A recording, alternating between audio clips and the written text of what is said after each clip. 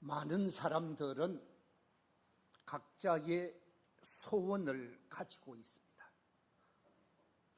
가정의 어머니는 어머니로서의 소원을 가지고 있고, 아버지는 아버지로서의 소원을 가지고 있지요. 이 세상에 살고 있는 모든 사람들은 나름대로 의식하면서 각자가 희망하고 각자가 기대하는 바가 있다라는 것입니다. 우리가 믿는 여호와 하나님, 우리가 믿는 구원의 주 예수 그리스도, 삼위일체 되시는 하나님도 소원이 있는데, 하나님의 간절한 소원은 무엇인가?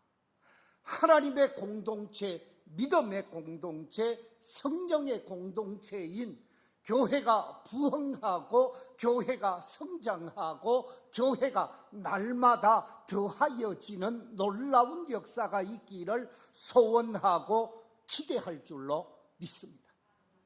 하나님의 소원이 날마다 교회가 더하여지는 것일진데, 어떻게 해야 날마다 교회가 더하여질 수 있는가?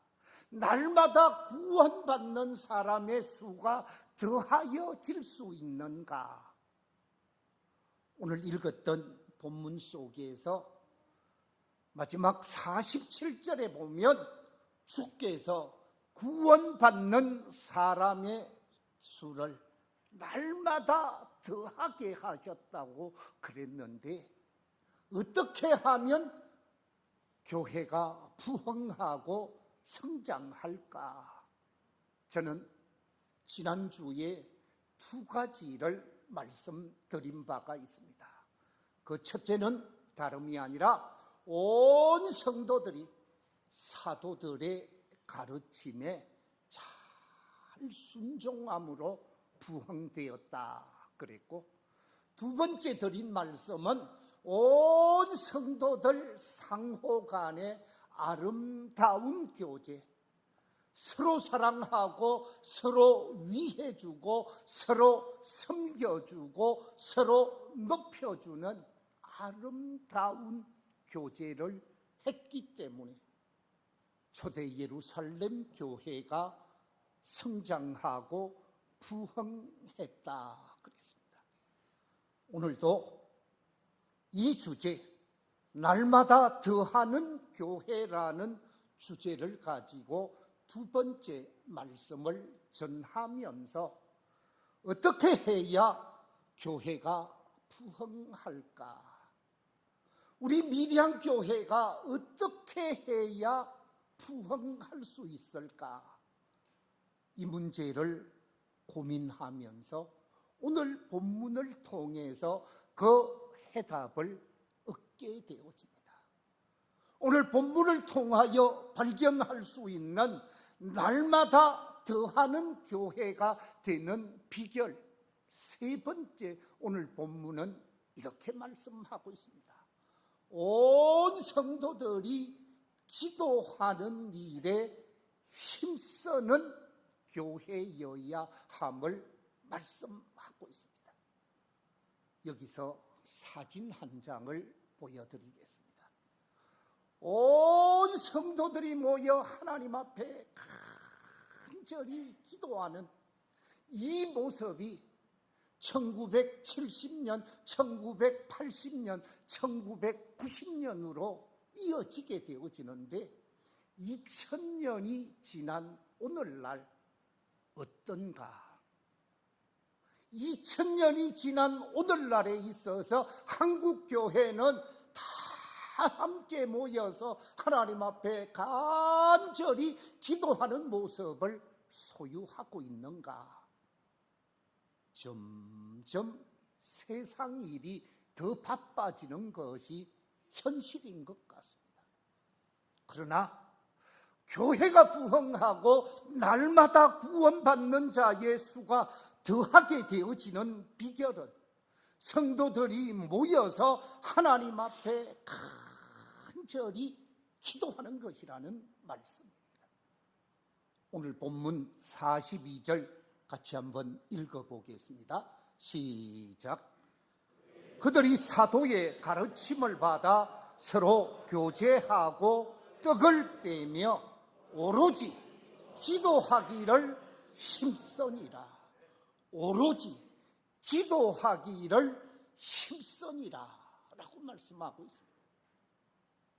오로지 기도하기를 힘썼다 그랬는데, 여기서 말하고 있는 오로지 기도하기를 힘썼다라고 하는 이 말씀의 의미를 몇 가지 재해석해 보면, 첫째 발견할 수 있는 것은 기도하는 일에 전력을 기울였다라는 말이죠.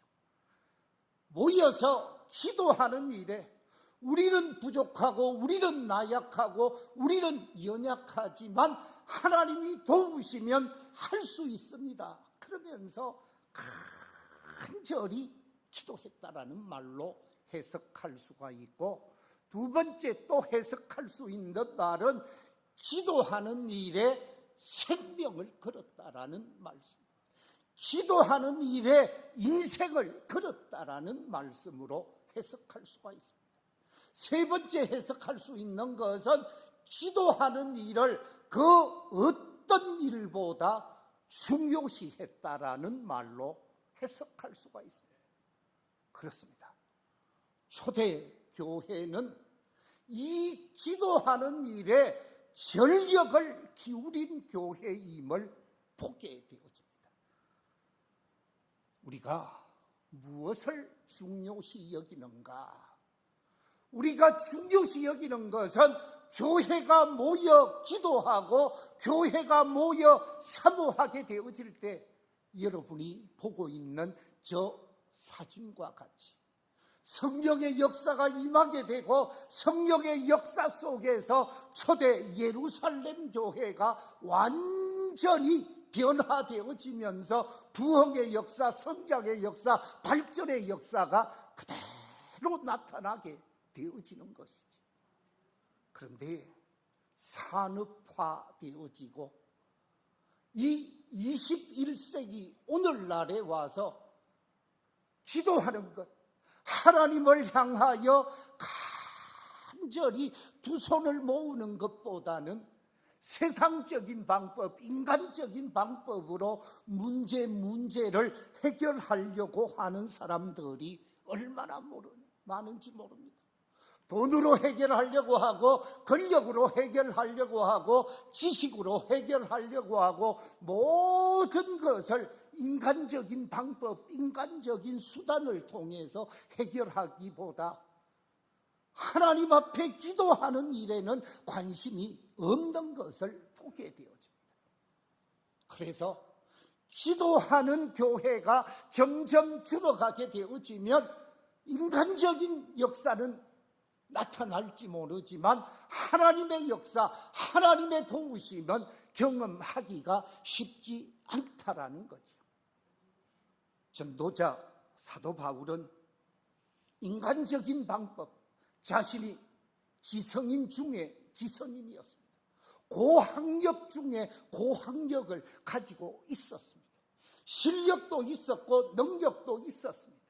그러나 자신의 실력, 자신의 능력, 자신의 인간관계를 통해서 문제를 해결하고 삶을 살려고 하는 것이 아니라 철저하게 하나님 중심, 하나님 방법을 추구하며 삶을 산 사람이 바로 사도 바울입니다. 사도 바울은 인간적인 출세나 인간적인 잘 사는 것이나 인간적인 부귀영화에 관심을 둔 것이 아니고, 그가 중요시 여기고 그가 관심을 기울인 것은 어떻게 하면 하나님이 기뻐하는 일을 할 수 있는가, 어떻게 하면 하나님의 뜻을 이루는가, 어떻게 하면 하나님의 선한 역사 속에서 쓰임 받을 수 있는가, 이런 문제에 관심을 기울이는 것을 보게 되어집니다. 사도행전 16장에 보면 사도 바울이 하나님의 부르심을 받아서 전도 여행을 하게 되어지는데, 이 전도 여행 속에서 소아시아 지역에서 열심히 사명을 감당하면서 많은 하나님의 역사가 나타났습니다. 그런데 하나님의 역사가 나타나는 이 소아시아 지방에서의 전도 사역을 하나님께서 중단시키고 성령께서 구라파 지역으로 가라, 마게도니아 지역으로 가라, 유럽의 첫성으로 가라고 요청하게 되어집니다. 그래서 성령의 뜻에 순종하고 빌립보로 가게 되어지죠. 빌립보에 가서 귀신 들린 소녀를 고쳐주면서 기도하고 말씀을 전하고 하나님의 복음 전도자로서 사명을 감당하게 되어지는데, 이 귀신 들린 여자아이를 고쳐주었다라고 하는 이 일에 상을 주고 도와주어야 할 것인데, 이것이 문제가 되어서 감옥에 갇히는 불행이 초래되어집니다. 감옥에 갇히게 되고 매를 맞게 되어지고 고통에 빠지게 되고 위기에 처하게 되어지면서 감옥 깊숙한 곳에 갇히게 되어집니다. 만약에 제가 복음을 전하다가 감옥에 갇혔으면 어떠한 행동을 할까? 지금 이 21세기를 살아가면서 제가 만약 감옥에 갇혀 있었으면 아마 잘 아는 사람, 힘이 있는 사람, 사람을 통해서 문제를 해결하고 감옥에서 나올 수 있는 사람을 찾아서 그 사람에게 연락을 하고 그 사람의 도움을 받아서 그 사람을 통해서 감옥에 나오려고 하는 것이 저의 생각이 아니었을까라고 생각을 하면서 오늘 본문 속에서 이 사건, 사도행전 26장 사건의 본문 속에서 사도 바울은 사람을 움직이려고 하지 않았습니다. 사람을 이용해서 자신의 문제를 풀려고 하지 않았습니다. 어떻게 했는가? 우리 함께 사도행전 16장 24절 25절 말씀 한번 읽어보겠습니다. 시작. 그가 이러한 명령을 받아 그들을 깊은 옥에 가두고 그 발을 착고에 든든히 채웠더니 한밤중에 바울과 실라가 기도하고 하나님을 찬송하며 제수들이 듣더라.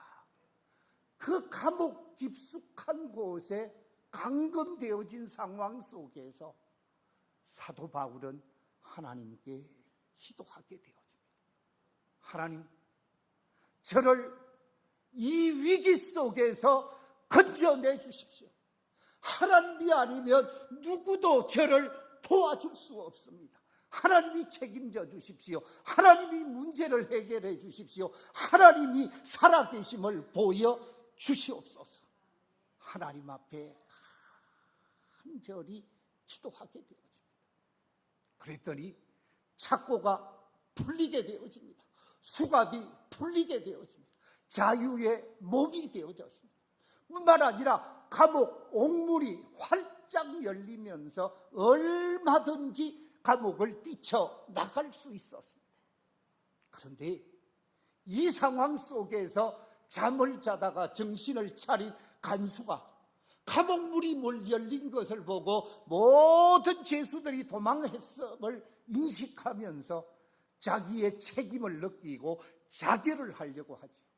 그때 감옥 속에 있었던 사도 바울이 멈추십시오. 우리는 도망가지 않았습니다. 우리는 도망가지 않았습니다. 그러면서 자결하려고 하는 간수의 행동을 중지시킵니다. 그랬더니 이 간수가 바울 앞에 와서 무릎을 꿇고 뭐라고 그럽니다. 형제들아, 선생님이요, 내가 어떻게 하여야 구원을 얻겠습니까? 그때 주 예수를 믿으라. 그리하면 너와 네 집이 구원을 얻으리라 말씀하게 되어지고, 이 간수의 집에 가서 그 온 가족을 구원하면서 빌립보 교회의 초석의 신앙인을 만들게 되어집니다. 무슨 얘기입니까? 문제를 기도로 해결하려고 했더니 그 기도를 통해서 하나님의 역사가 나타나고 하나님의 역사 속에서 놀라운 기적이 나타났다라는 말씀입니다. 오늘 본문 사도행전 2장 속에서 놀라운 성령의 역사가 나타난 것이 오늘 본문 이전의 말씀입니다. 성령의 놀라운 역사가 나타나고 방언이 나타나고 놀라운 기적이 나타나게 되어진 근거가 무엇인가? 우리가 사도행전 1장을 보면 그 근거를 찾을 수 있습니다. 오순절의 성령의 역사, 교회의 부흥의 역사, 놀라운 하나님의 개입의 역사가 어떻게 나타났는가? 사도행전 1장 우리 함께 읽어보겠습니다. 12절 이하 14절 말씀 같이 한번 읽겠습니다. 시작. 제자들이 감람원이라 하는 산으로부터 예루살렘에 돌아오니 이 산은 예루살렘에서 가까워 안식일에 가기 알맞은 길이라. 들어가 그들이 유하는 다락방으로 올라가니 베드로, 요한, 야고보, 안드레와 빌립, 도마와 바돌로메, 마테와 및 알페오의 아들 야고보, 셀로닌 시몬, 야고보의 아들 유다가 다 거기 있어 여자들과 예수의 어머니 마리아와 예수의 아우들과 더불어 마음을 같이하여 오로지 기도에 힘쓰더라. 그렇습니다. 오로지 기도에 힘쓰더라. 약속의 말씀, 그 약속의 말씀을 붙들고 마가의 다락방에 모여서 열심히 기도했습니다. 마음을 다하고 뜻을 다하고 힘을 다해서 간절히 기도한 결과 놀라운 역사가 나타났습니다. 엄청난 능력의 역사, 성령의 역사가 나타나게 되어지고 능력받은 종들이 사명을 감당하고 전도하고 선교하고 복음을 전하는데 놀랍게 역사가 나타났습니다. 그래서 기도가 생명이었던 것이죠. 일본이 참 복음 전하기가 힘든 나라입니다. 일본에 섬기는 우상이나 신이 600만 개가 된답니다. 일본의 신이 600만이라니까요. 그러니까 600만 가운데 하나가 하나님이라고 생각을 하니까 선교도 잘 안 되고 복음화가 힘든 것이죠. 지금부터 한 100여 년 전에 여자 기숙사에서 있었던 놀라운 사건을 하나 소개하겠습니다. 여자 기숙사에 복면 강도가 침입했습니다. 저 복면 강도가 침입을 해서 한 기숙사에 6명이 생활하고 있는 여학교, 요즘으로 치면 고등학교예요. 여자 고등학교 기숙사에 6명이 생활하고 있는데 거기에 복면을 한 강도가 칼을 들고 들어와서 위협을 하는 거예요. 너희들이 가지고 있는 돈이나 기중품 다 내놔. 칼로 위협을 하니까 그들이 가지고 있었던 돈과 목걸이 또는 가락지 중요한 것 다 내놓았습니다. 그런데 그 중요한 돈과 중요한 것들을 가지고 가려고 하는데 옆에 있던 한 여학생이 복면 강도에게 이렇게 이야기를 합니다. 아저씨, 저기 책상 위에 있는 값진 책은 가지고 가지 않으세요? 저 값진 책을 가지고 가라. 그러니까 여학생이 거짓말할 리는 없다 생각해서 시장에 내다 팔면 돈이 될 것이라고 생각하고 흐름한 값진 책 한 권을 가지고 갔습니다. 그래서 시장을 통해서 암암리에 자신이 훔치고 빼앗은 물건들을 팔게 되어지는데 갖다가 내어놓아도 아무도 그 흐름한 값진 책을 사는 사람이 없는 거예요. 그래서 다시 자기 집으로 가지고 오게 되었다고 합니다. 이 도선생이 밤에 할 일이 있을 때는 이 집 저 집 불청객 역할을 하지만 자기 집에 있을 때는 대낮에 할 일이 없는 거예요. 할 일이 없어 이것 뒤적 저것 뒤적 하다가 앞에 있는 학생이 얘기한 값진 책이 과연 어떤 책인가 싶어서 한번 보자 생각하고 읽기 시작했다고 합니다. 그런데 옆에 처박아 놓았던 책을 읽기 시작하는데 이 말씀이 이 도선생에게 큰 깨달음을 주고 은혜가 되었다라는 거예요.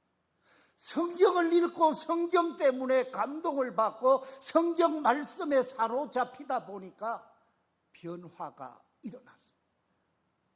교회를 나가게 되어졌고 예수를 영접하게 되어졌고 신앙인으로 변화되어졌습니다. 교회에 나가서 열심히 신앙생활을 하다가 보니까 내가 이렇게 살 것이 아니라 나도 복음을 전하는 사람이 되어야 하겠다라고 생각하고 신학을 공부해서 전도자로 사명을 감당하게 되어졌고 어느 교회의 간정집회의 강사로 가게 되어졌다고 합니다. 간정집회에 가서 내가 이런 사람이었습니다. 내가 과거 청년 시절에 아주 못된 짓을 많이 하고 많은 사람에게 아픔을 주었던 사람입니다. 그러면서 자기가 강도짓 한 것, 여학교까지 들어가서 강도짓 한 것을 이야기하면서 제가 지금은 이렇게 변화된 하나님의 사람으로 살고 있다고 하니까 그 간증을 듣는 성도들이 다 은혜를 받고 어떤 여인은 눈물을 줄줄 흘리면서 은혜를 받게 되어졌습니다. 집회가 끝나고 정리를 하려고 하는데 눈물 흘리며 은혜를 받은 이 중년의 부인이 손을 들어서 목사님, 저도 잠시 간증할 수 있겠습니까? 부탁을 했습니다. 그래서 목사님의 허락을 받고 강단으로 나와서 간증을 합니다. 이 중년 부인의 간증 내용이 이렇습니다. 여러분, 그 옛날 여자 기숙사에서 강도에게 성경을 가져가도록 한 여학생이 바로 접니다. 저는 그 사건 이후 성경을 가지고 간 그 강도의 영혼 구원을 위하여 계속 기도해 왔습니다. 그런데 그 기도의 결과가 오늘 이렇게 나타났으니 어찌 제가 기쁘지 않겠습니까? 우리 하나님께 영광을 돌립니다. 그렇습니다. 그 기도는 헛되지 아니하고 놀라운 역사를 경험하게 한다라는 것이지. 바라옵기는 이 자리에 계신 우리 모든 성도들이, 온 성도들이 기도에 진력하면서 자신의 문제, 가정의 문제, 교회의 문제, 국가의 문제를 가지고 기도함으로 기도의 승리자들이 되는 놀라운 역사가 있기를 주의 이름으로 축원합니다. 네 번째, 날마다 더하는 교회가 되는 길은 어디에 있는가? 그것은 온 성도들이 전도하는 일에, 복음을 전하는 일에 힘쓰는 교회가 되어질 때 그 교회가 날마다 더하여지고 부흥하게 되어지는 것이죠. 성령의 기름 부음을 받고 성령의 역사를 체험하게 되어진 오순절 성도들은 열심히 전하게 되어집니다. 사도행전 2장, 사도행전 3장, 사도행전 4장, 사도행전 5장으로 이어지면서 모든 성도들이 거리로 나가서 복음을 전하고 말씀을 전하는 것을 보게 되어집니다. 요즘 쉽게 보지 못하는 장면 하나를 사진으로 보여드리겠습니다. 저 사진은 지난 4월에 찍은 사진이라고 합니다. 전주에 부흥하는 교회의 사진입니다. 성도들이 자진해서 토요일이 되어지고 주일 예배를 마치면 성도들 중에 전도대원들이 저렇게 거리에 가서 손잡고 간절히 기도하고 로방전도를 하고 가가호우 찾아다니면서 전도를 하고 기관을 찾아다니면서 전도하는 교회의 사진입니다. 저 사진을 보고 저 기사를 읽으면서 제가 많이 부끄러웠습니다. 우리 교회는 뭐 하는가? 너는 뭐 하고 있니? 제게 말하는 것 같았습니다. 우리 교회도 이 무더위가 지나고 나면 가을에는 전도대를 만들어야 되겠다 생각을 했습니다.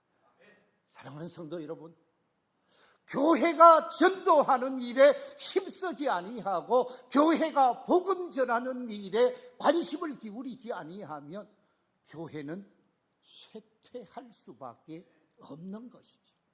우리 모두가 전도하는 일, 복음 전하는 일에 힘쓰고 애쓰는 저와 여러분이 되시기를 주의 이름으로 축원합니다. 여러분, 사도 바울은 우리 주님의 복음을 전하는 일에 얼마나 많은 고난을 당했습니까? 사도 바울이 고린도 교회에 전도하기 전, 고린도 교회에 복음을 전하기 전 큰 체험을 한 사람이지. 이 사도 바울이 고린도 교회를 향하여 간정한 간정의 내용이 고린도후서 11장 22절 이하에 이렇게 간정하고 있습니다. 그들이 히브리인이냐? 나도 그러하며. 그들이 이스라엘인이냐? 나도 그러하며. 그들의 아브라함의 후손이냐? 나도 그러하며. 그들이 그리스도의 일꾼이냐? 정신없는 말을 하거니와 나는 더욱 그러하도다. 내가 수고를 넘치도록 하고 옥에 갇히기도 더 많이 하고 매도 수없이 맞고 여러 번 죽을 뻔하였으니 유대인들에게 40의 하남 감한매를 5번이나 맞았으며 3번 태장으로 맞고 1번 돌로 맞고 3번 파선하고 1주야를 깊은 바다에서 지냈으며 여러 번 여행하면서 강의 위험과 강도의 위험과 동족의 위험과 이방인의 위험과 시내의 위험과 광야의 위험과 바다의 위험과 거짓 형제 중에 위험을 당하고 또 수고하며 애쓰고 여러 번 자지 못하고 줄이며 목마르고 여러 번 굶고 춥고 헐벗었노라. 많은 어려움을 당했다라는 거예요. 사람으로부터 어려움을 당하고 환경으로부터 어려움을 당하고 민족으로부터 어려움을 당하고 너무너무 많은 어려움을 당했습니다. 이렇게 간정하게 되어진 고린도 교회, 어떻게 해서 고린도 교회가 생겨나게 되어졌는가? 사도 바울이 아덴에 가서 전도를 했습니다. 아덴은 세상적인 말로 아테네를 얘기합니다. 이 아테네에 가서 복음을 전하면서 철학의 도시요, 문화의 도시요, 지성인의 도시니까 여기 가서 복음을 전하면 많은 사람들이 예수 믿고 구원을 얻을 것이다 생각하고 복음을 전했는데, 자신이 최선을 다해서 복음을 전했는데 아테네에서 열매가 별로 없었습니다. 기가 죽었습니다. 내가 힘써도 안 되네.